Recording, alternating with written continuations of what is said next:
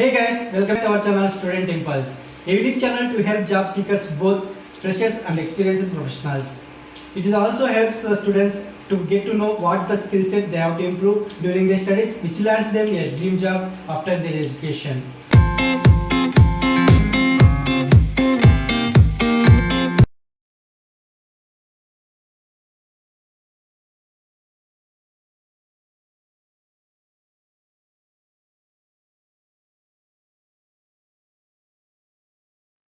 Hey guys, in this video I'm gonna share job openings for freshers from Quality Pharmaceuticals Limited.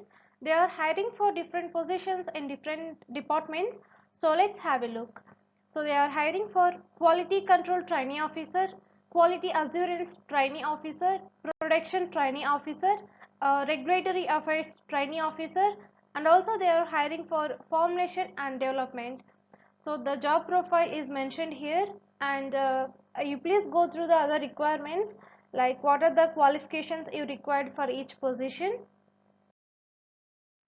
So if you want to apply for any of the job role, you can drop your resume on this mail ID, and the address details are also mentioned here. You can walk in interview on 22nd April, and if you have any queries, you can reach out to them with the given contact number.